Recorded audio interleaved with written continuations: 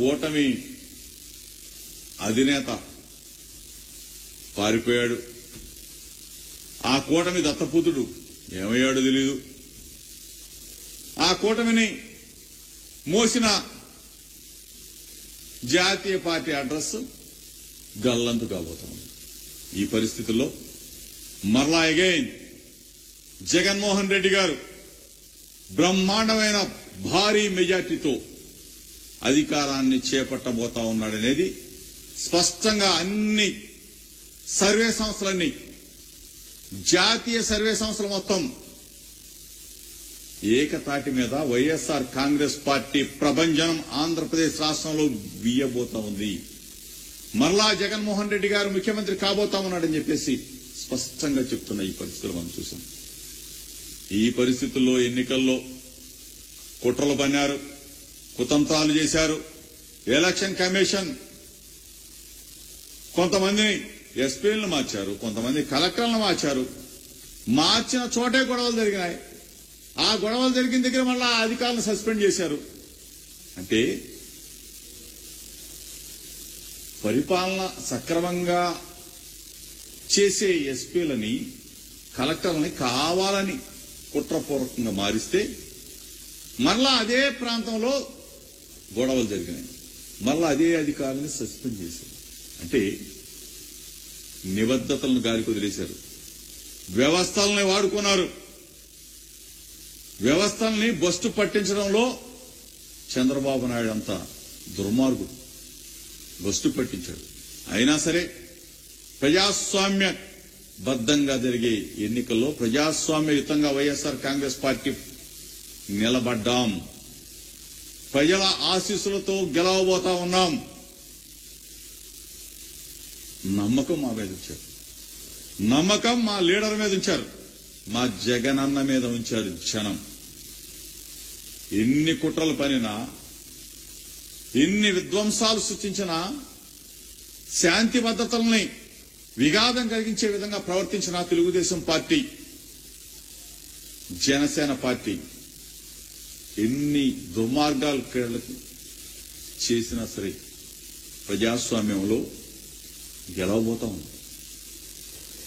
ఈరోజు మా మీద, మా పార్టీ లీడర్ల మీద, ఆఖరికి నా మీద కూడా, మంత్రుల మీద కూడా 302లు 307లు ఎస్సీ ఎస్టీ యాక్ట్లు పెట్టినా సరే ధైర్యంగా ప్రజాక్షేత్రంలో నిలబడ్డాం, గెలవబోతా ఉన్నాం. వైఎస్ఆర్ కాంగ్రెస్ పార్టీ జెండా రేపరేపలాడబోతా ఉంది. జూన్ 4వ తారీఖున వైఎస్ఆర్ కాంగ్రెస్ పార్టీ శ్రేణులన్నీ కూడా సంబరాలకు సిద్ధం కమ్మని చెప్పేసి మీ ద్వారా కూడా పిలుపునిస్తా ఉన్నాం. పెనమలూరులో బ్రహ్మాండమైన మెజార్టీతో గెలవబోతా ఉన్నాం.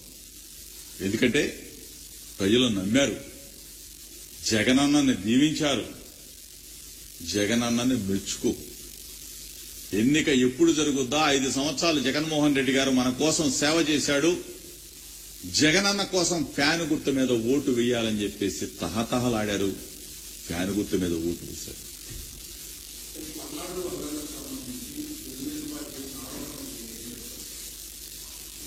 పల్నాడులో శాంతి భద్రతల్ని, ప్రజాస్వామ్యాన్ని కూనీ చేసింది తెలుగుదేశం పార్టీ.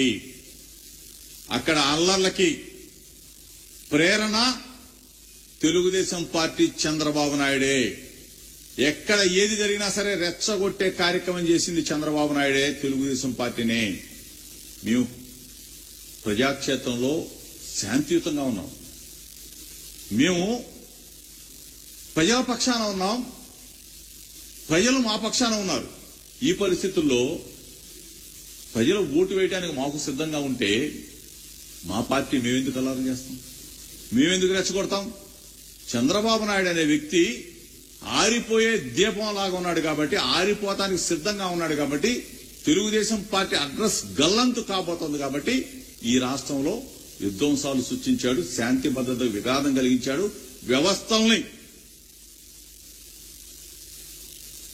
వ్యవస్థలన్నిటిని కూడా అడ్డం పెట్టుకుని ఆ వ్యవస్థల్లో ఉన్న కొంతమంది వ్యక్తులని ప్రలోభాలకు గురి చేశాడు, ప్రలోభ పెట్టాడు. ఈ రోజున ఇటువంటి విధ్వంసాలకు జరగడానికి కారణం దిక్కుమాలిన ప్రతిపక్ష నాయకుడు చంద్రబాబు నాయుడు.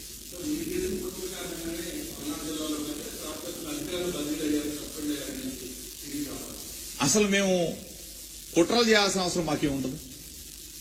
అధికారులు ఉన్నారు, ఎలక్షన్ కమిషన్ వచ్చింది. ఆ ఎలక్షన్ కమిషన్ కి తెలుగుదేశం పార్టీ ఆ పురంధరేశ్వరి కొంతమంది అధికారుల మీద రిపోర్ట్ ఇచ్చారు. దాని ఆధారంగా ఆ జిల్లాల్లో ఉన్న అధికారులను మార్చారు. ఆ జిల్లాల్లో ఉన్న అధికారులను మార్చారంటే సమర్థవంతులు, అంతకన్నా సమర్థవంతులు వేస్తారని అనుకుంటాం కదా.